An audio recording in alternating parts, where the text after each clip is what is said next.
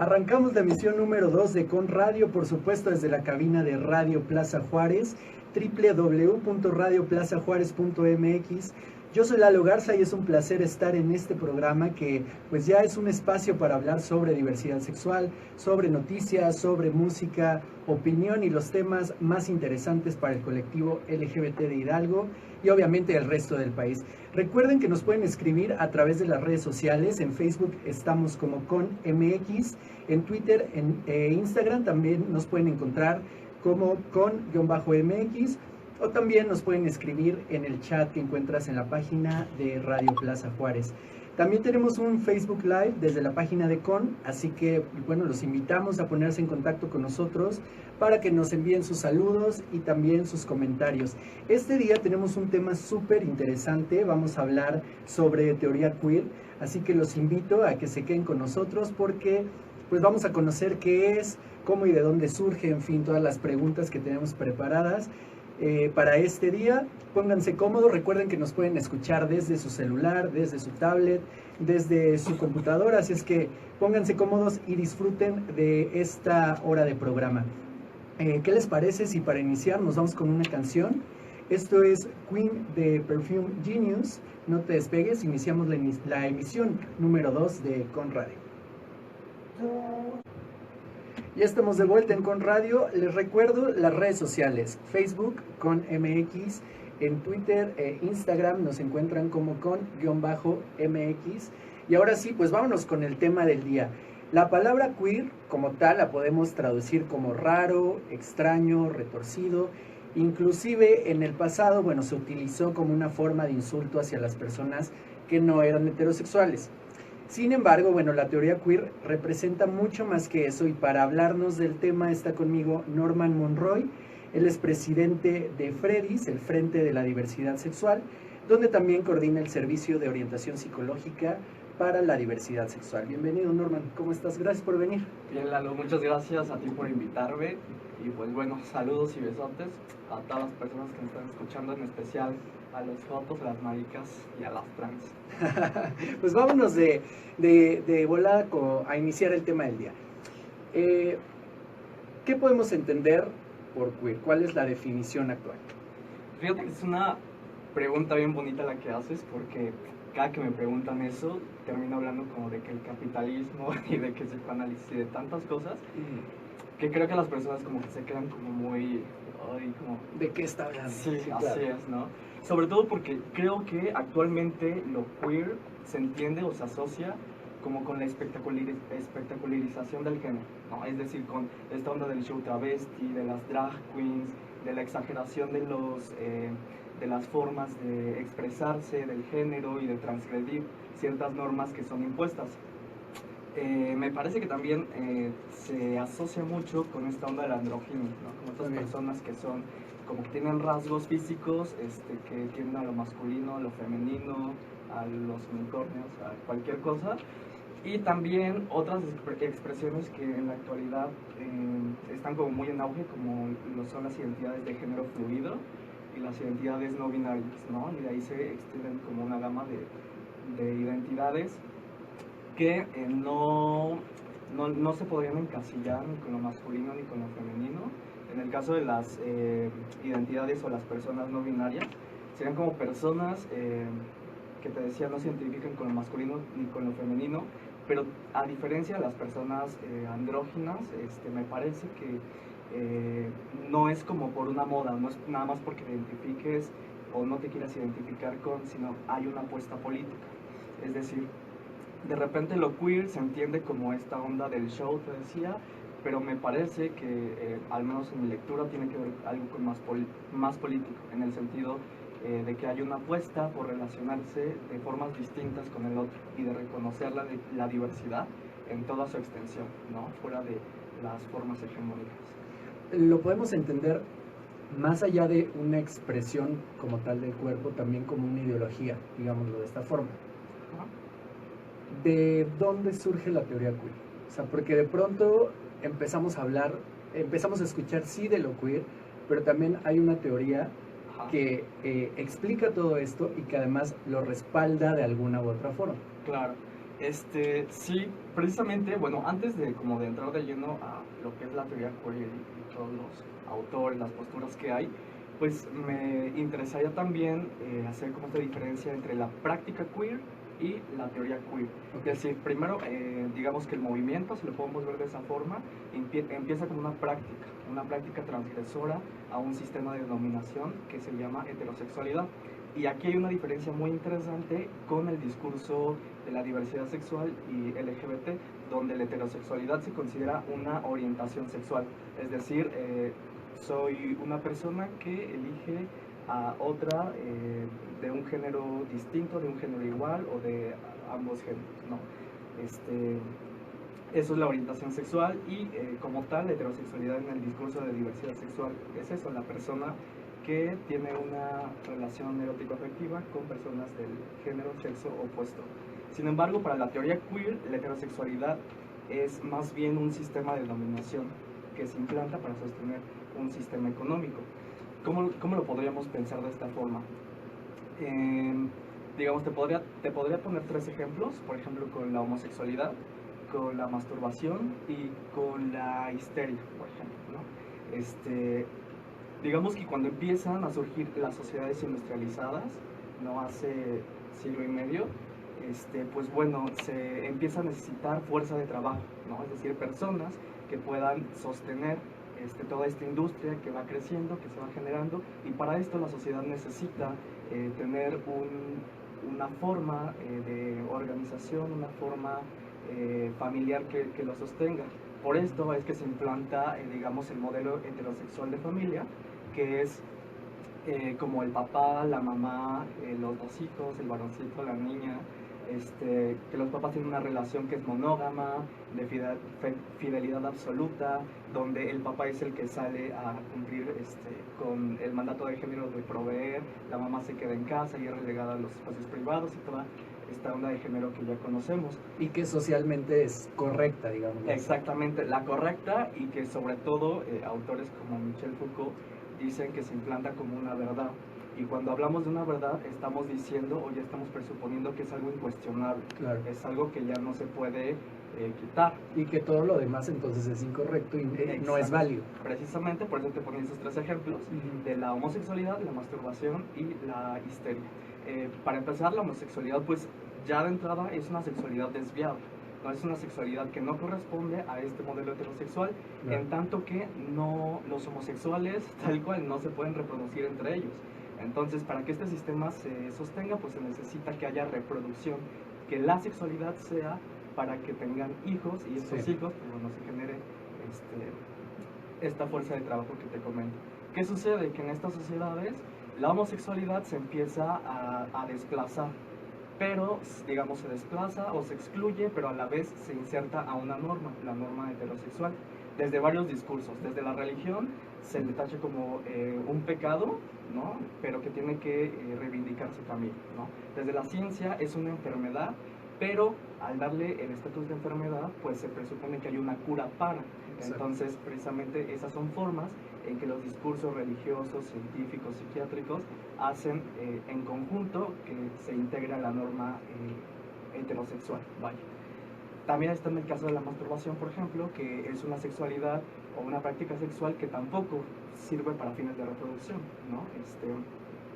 Y por otro lado está la histeria, donde son como estigmatizadas las mujeres que no pueden tener una sexualidad libre porque tienen que estar subordinadas al hombre, ¿no? Entonces, estos tres ejemplos son como perfectos para entender cómo es que las sexualidades que no corresponden al modelo heterosexual van siendo desplazadas, pero a la vez integradas a la norma para que se sostenga este sistema capitalista tal cual.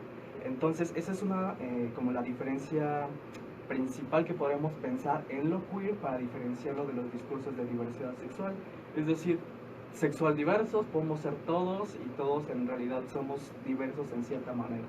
Pero lo queer o la disidencia sexual ya tiene una apuesta por cuestionar estos presupuestos que son estructurales, que son políticos, históricos, sociales y que se implantan en la sociedad para este sostenimiento del capitalismo. Y lo que sostiene lo queer es más bien que la heterosexualidad está íntimamente ligada con el capitalismo y una se sostiene desde la otra, ¿no? Eso es como lo principal que habría que entender de lo queer. Y en este sentido, también cuando me hacen esta pregunta y me dicen, o me preguntan sobre lo LGBT y que ya es que al final le ponen la Q, sí. Me parece que no es como algo que entre en el mismo campo semántico, porque cuando hablamos, por ejemplo, de LGBT, estamos hablando de identidades lesbianas, gays, bisexuales, trans, y que son identidades que se han ido articulando a través del tiempo, pero lo queer no es como tal una identidad, sino más bien una postura crítica ante el sistema heterosexual. Estamos platicando con Norman Monroy. El tema de hoy es queer y teoría queer. Vámonos a un corte, Norman, y volvemos. Seguimos con este tema. Estamos de vuelta con el tema del día. Estamos hablando acerca de qué es queer. Norman, ¿en dónde empieza o cómo es que surge la teoría queer entonces? Sí, pues básicamente lo que te decía es que para tocar este tema habría que diferenciar entre la práctica y la teoría. Definitivamente la teoría surge de todas estas prácticas que te comentaba que son disidentes y que están cuestionando la heterosexualidad. Y precisamente lo que te comentaba sobre lo LGBT y que de repente se aumenta la Q, precisamente es como el punto de ruptura que hay entre los movimientos LGBT, de diversidad sexual, homosexual, dependiendo de la época en el que estés viendo, y lo queer, precisamente porque, pues bueno, si nos remontamos a la década de los 70, donde nace el movimiento de liberación homosexual en Estados Unidos, pero bueno, nos ubicamos en esta época, pues como lo comentábamos en el corte, empieza a haber grupos que empiezan a dominar el movimiento de liberación homosexual. ¿Y quiénes son estas personas? Son hombres gays, masculinos, blancos, de clase alta, que tienen cierto estatus social, en fin, que tienen como una serie de privilegios que permiten que, digamos, tomen el liderazgo y en ese mismo movimiento pues se invisibilicen a otras identidades, ¿no? Como las lesbianas, las trans, los mismos gays pero que eran afeminados, ¿no? Y todo lo que no se podía ajustar a este modelo, digamos, heterosexualizado de que era ser gay. Entonces la primera ruptura nace precisamente de ahí. Ajá. Los que, digamos, las personas que podrían reivindicarse desde esta etiqueta queer, pues empezaron a decir, es que precisamente este modelo no me representa, ¿no? Y es en la década de los 80 donde viene la crisis del VIH-Sida, donde empiezan a destaparse como todas estas cuestiones, ¿no? No solamente la cuestión del VIH, sino también pues los grupos de gays negros empiezan como a decir, es que pues definitivamente a mí me subalterniza o me discrimina este modelo, ¿no? Yo no me identifico. Sí, que aparte eran doblemente discriminados, ¿no? O sea, por ser negros y por ser gays. Exacto. Entonces era como, y deja de sonar por ser negros, por ser gays, por ser afeminados, por tener VIH, por ser pobres, y por una serie de características que estos grupos dicen, bueno, es que entonces las categorías de homosexual y lesbiana son insuficientes para poder explicar lo que es todas las discriminaciones que estamos viviendo. Entonces de ahí surgen los primeros grupos, como por ejemplo Queer Nation y las Pussycat Riots, por ejemplo, que son grupos que empiezan dentro del mismo movimiento a disentir de estas políticas que se acercan más a la inclusión social. Es decir, desde el discurso heredado del movimiento de liberación homosexual y del que conocemos hoy de la diversidad sexual, se apega más como a una inclusión a la sociedad, es decir, como somos iguales, somos parecidos y queremos los mismos derechos, ¿no? Es como el discurso, que está perfecto, ¿no? Sin embargo, el discurso queer es más bien, yo no soy igual a ti, soy más bien diferente, y desde esa diferencia yo decido resistir al sistema heterosexual.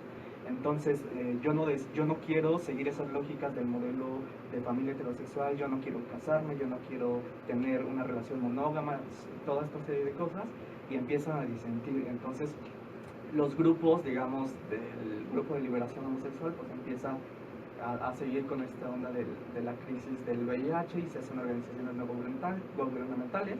Pero por otro lado, lo queer toma otras políticas, es decir, otras estrategias que le permiten visibilizarse y sobre todo visibilizar las intersecciones por las cuales son discriminados. Una de esas estrategias pues es entrar a lo académico, entrar a la teoría, entrarle a la ñoñería, ¿no? Claro. ¿Por qué? Porque en ese momento, en en los 70, 60, pues seguía con la patologización de lo gay, o más bien de la homosexualidad. Como te decía, la homosexualidad es más bien un diagnóstico que se crea para excluir a las sexualidades que son diferentes y que no funcionan al capitalismo. Sucede que los manuales de psiquiatría, de la Asociación Psiquiátrica Americana, pues empiezan a poner la homosexualidad como una enfermedad, ¿no? Igualmente los de la Organización Mundial de la Salud, y es hasta el 83-85 donde desaparece del manual de psiquiatría, y hasta el 90 donde desaparece del CIE-10, que es el manual de enfermedades de la OMS y de la ONU, ¿no? Sin embargo, si tú le das una ojeada a esos manuales, te das cuenta que sí, efectivamente desapareció la homosexualidad, pero sigue estando categorías que son, híjole, como por ejemplo el travestismo fetichista, la transexualidad egodistónica, la disforia de género, y categorías que siguen, tú te das cuenta que siguen patologizando. ¿Qué hacen las personas que tienen una postura queer? Dicen, bueno, yo voy a entrar a la academia, le voy a entrar a lo académico para decir, tú como persona heterosexual y como psiquiatría y como discurso religioso, no tienes ningún derecho a decir qué soy yo o qué puedo ser yo, ¿no? Okay. Entonces, sí, hacer teoría queer es más bien tener una experiencia, hacer práctica y de esa manera teorizarlo, es decir, hacerlo de manera inversa a lo que se hace comúnmente. Desde la psiquiatría, pues bueno, desde un escritorio, pues empieza a generar una serie de trastornos y que después se aplican a la realidad, pero la teoría queer va más bien de esa realidad de discriminación a introducirse la teoría para que de esa manera se pueda generar una base para la emancipación de las identidades disidentes. ¿En qué momento es que se da el boom en que empiezan a salir pues gente que estaba más involucrada con el tema, que empiezan a investigar y que empieza a ver como gente que es referente acerca del tema? Claro, pues bueno, en realidad esto es todo un proceso, ¿no? Ya se vienen dando ciertos autores que empiezan a hablar de esto, como que el principal referente y obligado, aunque no ya del movimiento queer, pero sí obligado, es Michel Foucault, que te comentaba, que escribe La historia de la sexualidad y que es anterior al movimiento queer, por así decirlo, pero que sirve como base, porque Foucault lo que hace es desnaturalizar la sexualidad, es decir, hacer o dar cuenta de que los discursos de la sexualidad son formas de control, okay, y no son formas naturales por sí mismas de saber qué somos, ¿no? En ese sentido, da pie a que los autores que vienen enseguida puedan decir, pues bueno, entonces podemos cuestionar que incluso el sexo, y eso es como algo que causa mucho escozor, el sexo es una construcción social, ¿no? A nosotros nos enseñan que el sexo es algo biológico, pero la teoría dice que habría que pensar el sexo también como una construcción social, y devela también, por ejemplo, que el género es más biológico que social, ¿no? Y esto lo sustenta porque el género no es una categoría que se haya inventado desde el feminismo, como se piensa, sino es una categoría que inventa un psiquiatra llamado John Money, que lo utiliza precisamente para que se puedan generar los binarismos de género, ¿no? Establecer lo masculino y lo femenino, sí, y para que de esta manera, con base a los diagnósticos psiquiátricos, se pueda patologizar estas identidades que te comento. ¿Cuándo es el boom de la teoría queer? Pues bueno, con estos antecedentes, además de los movimientos chicanos, de los movimientos feministas de color, los movimientos feministas chicanos también, pues bueno, empiezan a cuestionar esto que te comentaba de la interseccionalidad y de que todos acumulamos como una complejidad de formas de discriminación, ¿no? Y hay otra como autora, como referente, o dos, que es Monique Witting, por una parte, que habla sobre el sistema heterosexual obligatorio, y también está Gail Rubin, que habla del sistema sexogénero, ¿no? Que son como dos autoras feministas que, si bien no son queer, pero dan base también, aprovechando a Foucault, para pensar lo queer, más bien como ya esta teorización. Es la primera vez como que se escucha la teoría queer o la palabra queer en la academia por primera vez es en el 91-92 con Teresa de Lauretis, donde da una conferencia y habla de las multitudes queer, ¿no? De hecho, yo no he escuchado la conferencia, pero dicen que lo dice como un chistorete, ¿no? Como que dice las multitudes queer, ¿no? Como todos esos que son discriminados y discriminados por muchas intersecciones, ¿no? es la primera vez que se retoma y digamos que como que la autora fundacional por excelencia pues se identifica es Judith Butler, ¿no? En el 92 que saca el libro El género en disputa y que empieza a hablar sobre las categorías de género y cómo estas categorías pues son insuficientes y son una forma también de regulación de las sexualidades. Judith Butler es como un referente de lo que es la teoría queer, ¿no? Sí, es la rockstar de la teoría queer. Perfecto. Vamos a escuchar una cápsula que tenemos preparada precisamente de Judith Butler y en un momento regresamos.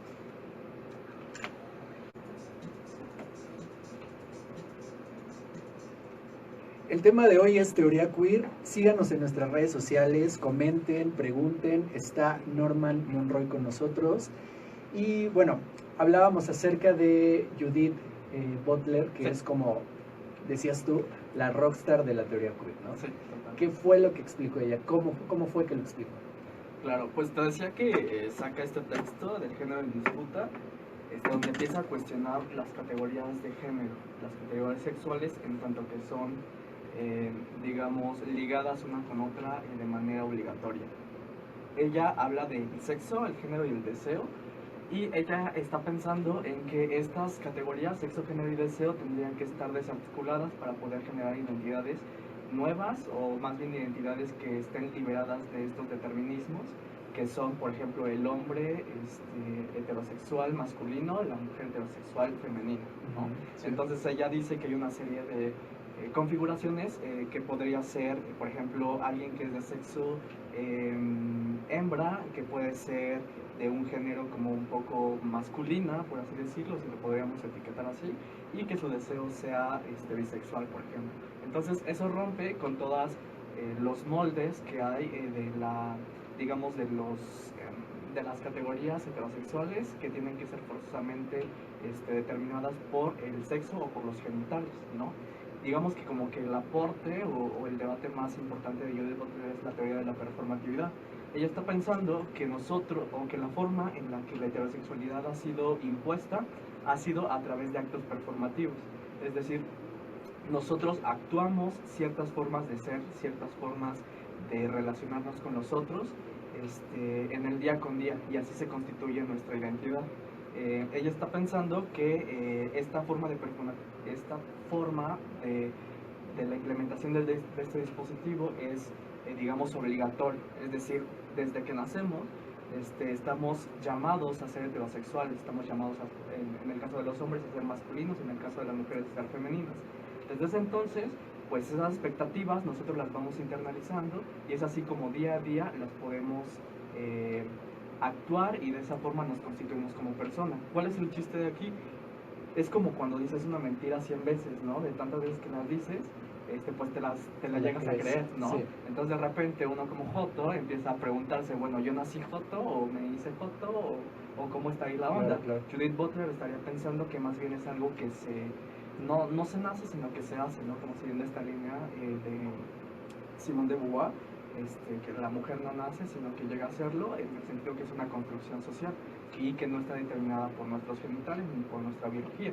Entonces, aquí el punto es que de tanto que actuamos una identidad heterosexual, llegamos a creer que todo el tiempo, o que desde el nacimiento llegamos a ser así. Sin embargo, como te lo decía, todo este entramado del capitalismo, pues hace que lleguemos a adoptar estos géneros que son impuestos, pero aquí lo padre de Judith Butler es que se pueden subvertir y si nosotros actuamos la heterosexualidad, por tanto podemos actuar también otras formas de ser en nuestro género y en nuestras formas de relacionarnos. Aquí me causa un poquito de conflicto. Ajá. Hace rato lo platicábamos fuera del aire. Sí. En pues englobar todo lo LGBT, Claro. ¿qué tan válido, y yo te preguntaba, qué tan válido era Sí. considerar también la Q, ¿no? Porque por Claro. un lado vemos que sí, es una forma como de construir o de que las identidades y las orientaciones, preguntarnos acerca de ellas Claro. y eliminar como estas etiquetas, Claro. pero al mismo tiempo no el mencionar como queer y el que la gente se identifique como queer podría ser probablemente una etiqueta, ¿no? Entonces, ¿qué tan válido es incluirlo dentro del LGBTIH? Sí. Sí, pues no sé qué tan válido o inválido sea. Digo, cada quien tendría como una postura al respecto. Yo creo que te decían, me parece que no pertenecen al mismo campo semántico, porque las identidades son una cosa y las posturas políticas son otra. Es decir, yo puedo tener una identidad trans, pero también una postura política queer, ¿no? Entonces, digamos, ahí como que causa conflicto porque no estamos hablando de lo mismo. Es como, no sé, LGBT, me gustan los helados, ¿no? Sí, claro, claro. ¿Sabes? Es como algo muy complicado. Y como para entenderlo un poquito más, porque de repente la gente se pregunta, ¿no? Como, entonces sí es una identidad, entonces sí es como tal, soy queer o ser queer no existe, ¿no? Porque no es como que digas soy gay, entonces tengo ciertas características. Claro. Entonces, cada quien puede, aquí el punto es que lo queer es un espacio en blanco que te permite como estacionarte en una plataforma de enunciación. Es decir, es una caja de herramientas que te permite deconstruir la realidad, que te permite cuestionar estas ideas. De repente se piensa que lo queer es abolicionista o que trata de eliminar todas las etiquetas, y esto no es del todo cierto, en el sentido de que lo queer más bien intenta desmarcarse de esas etiquetas en tanto que sean funcionales al capitalismo y al sistema heteropatriarcal. Es decir, por sí mismo, lo queer no quiere que desaparezca lo LGBT, sino que lo queer quiere que los LGBT se cuestionen lo que está sucediendo a nivel de subjetividad, a nivel corporal, y cómo es que se les ha implantado o se nos ha implantado a todos esta forma de actuar, de pensar, de ser, de decir, ¿no? Entonces, lo queer es más bien como esta crítica, como este cuchillito de palo que está diciendo hay que cuestionarnos el género, el sexo, todo lo que sea esencialista, todo lo que creamos que pueda ser, y entonces a partir de ahí generar estrategias que nos permitan, como lo dices en la cápsula, vivir mejor, ¿no? Poder salir a la calle y que no me maten, ¿no? Poder Claro. salir, relacionarme con mi novio, con mi novia, con lo que tenga, y que sea tan válido como cualquier otra identidad, ¿no? Entonces, eso es como más bien como aclararlo, porque de repente te digo, se piensa que es como que todos somos personas y entonces nos enamoramos de las personas y no del género, y eso creo que no es tan apegado a lo queer, sino lo queer sería más bien pensar las identidades como algo político, es decir, decirte gay, decirte lesbiana, pero en un sentido crítico, es decir, criticando el heteropatriarcado, criticando el capitalismo y cómo se te ha impuesto. Y que aparte es un cuestionamiento constante y que siempre va en cambio. O sea, está en constante cambio todo el tiempo, ¿no? ¿Qué problemáticas podríamos encontrarnos con esto? Exactamente, es que como lo comentábamos en el corto, es bien difícil hablar, por ejemplo, de lo queer como en esta crisis de los 80s que te decía, y si damos como ese salto cuántico a la actualidad, pues bueno, ya hay otras políticas.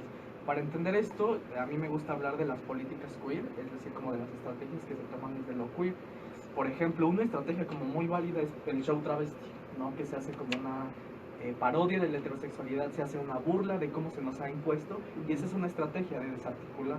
Otra estrategia es, por ejemplo, asumir el insulto, ¿no? Decirte, soy joto, y sí, ¿qué te importa? Y mira, soy una diva, y todo claro, eso, claro. ¿no? De esa manera desactivas el insulto y ya, digamos que le das la vuelta a la violencia que se te ejerce, ¿no?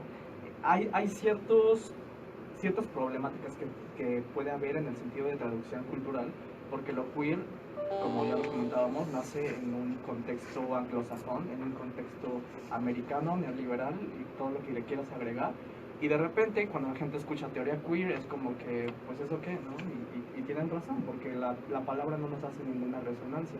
Creo que la traducción, y que incluso son expresiones que nacen antes de la teoría queer en sí mismas y que en cada localidad hay, pues es esta parte de reapropiar el insulto, de ser críticos ante las identidades, de hacer una revisión constante de cómo estamos siendo nosotros también reproductores de la violencia, de que aunque seamos gays también somos clasistas, también somos machistas, racistas, homofóbicos, ¿no?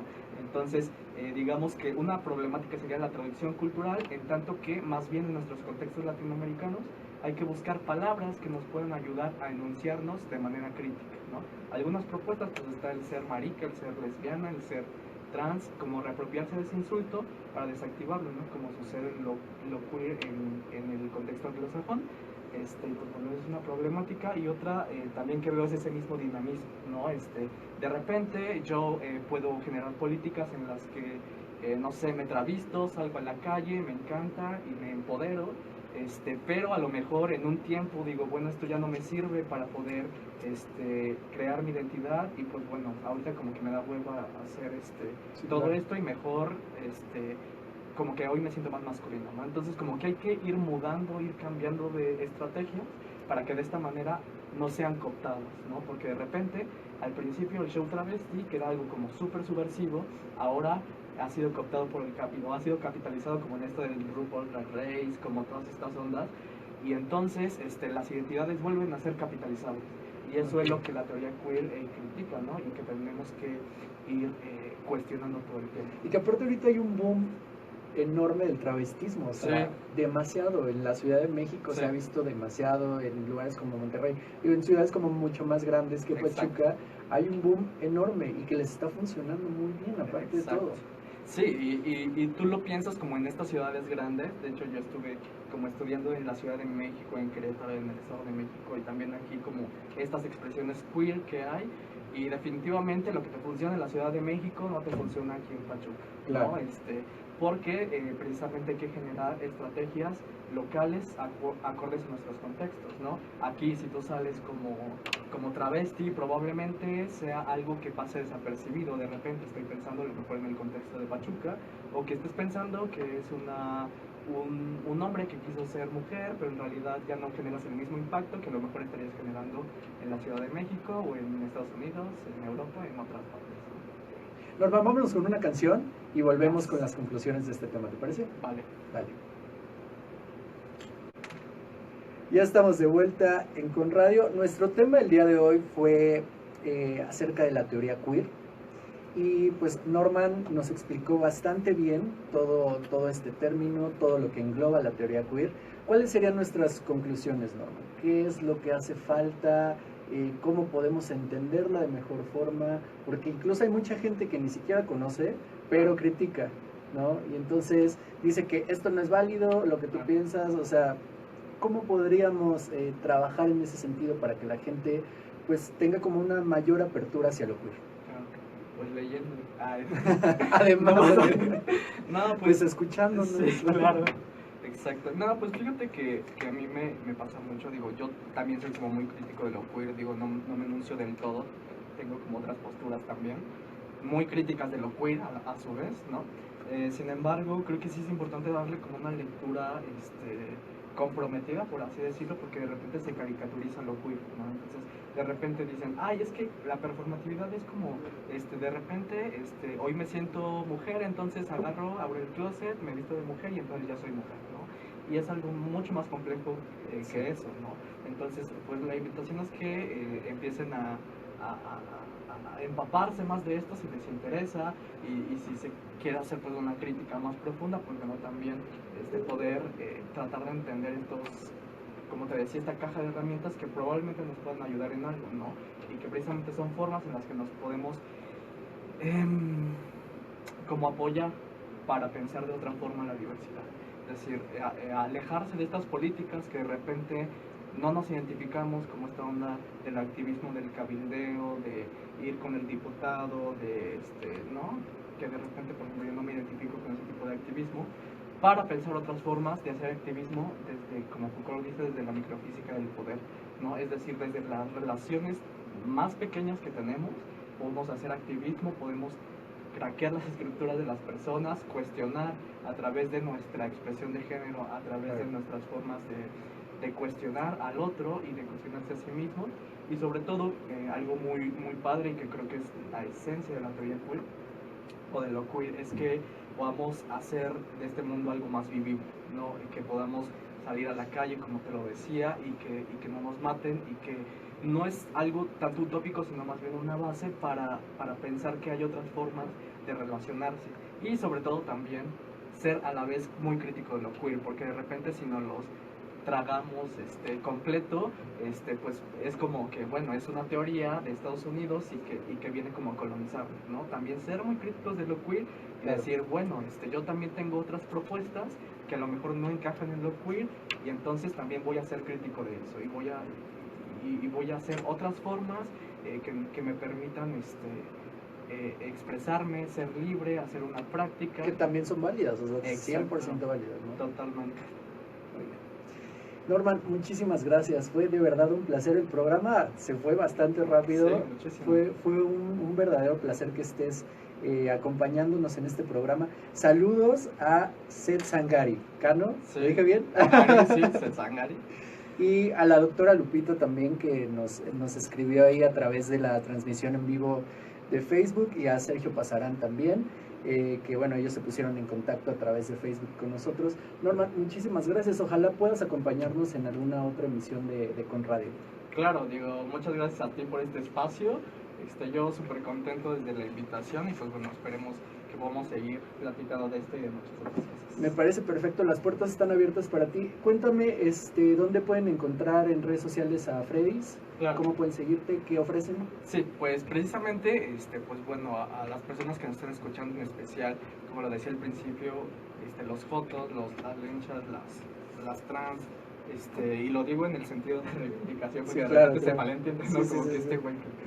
Pero pues que justamente lo que estabas diciendo, el Exacto. apropiarte del insulto. Totalmente. Entonces, pues todas las personas que quieran pues saber más del tema, pues estamos planeando hacer, ya hicimos un conversatorio hace un mes y estamos planeando hacer grupos de estudios. Si les interesan, escríbanos a la página que tenemos en Facebook, nos encuentran como Freddy's, el link es facebook.com/FreddySex. En Twitter nos encuentran como Freddy's HGO y nos pueden escribir en el correo también, Freddy's HGO. Y pues bueno, estamos ofreciendo también un servicio de orientación psicológica que nace precisamente de esta onda de que se patologiza o que hay psicólogos que pues no entienden a cabalidad pues la diversidad sexual. Entonces pues yo con mi formación de psicólogo pues estoy ofreciendo como coordinador una forma de orientación para la diversidad sexual. Si se sienten vaya, si quieren platicar con alguien, si requieren alguna orientación, si no se sienten cómodos hablando de un tema con otra persona, pues las puertas de Freddy's están abiertas, es un servicio gratuito y pues nos pueden escribir en estas páginas que les decía. Perfecto. Norman, te agradezco mucho. Gracias a ti. Vámonos un corte, volvemos.